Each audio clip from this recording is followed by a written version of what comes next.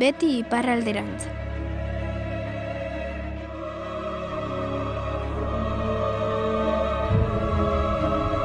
Balorez betetzen den ume bat. Bere lehen alditik ihes egin duen neska bat. Bidai luzea.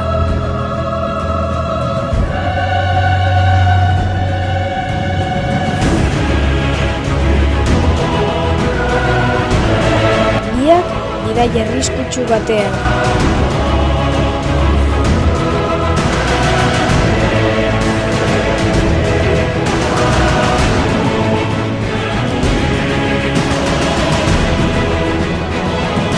Afrikatik sortzen diren itxaropenak.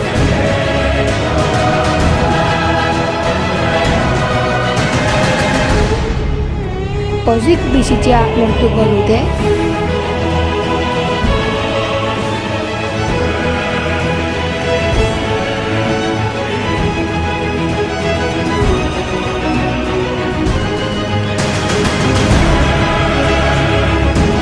Etortzen zara?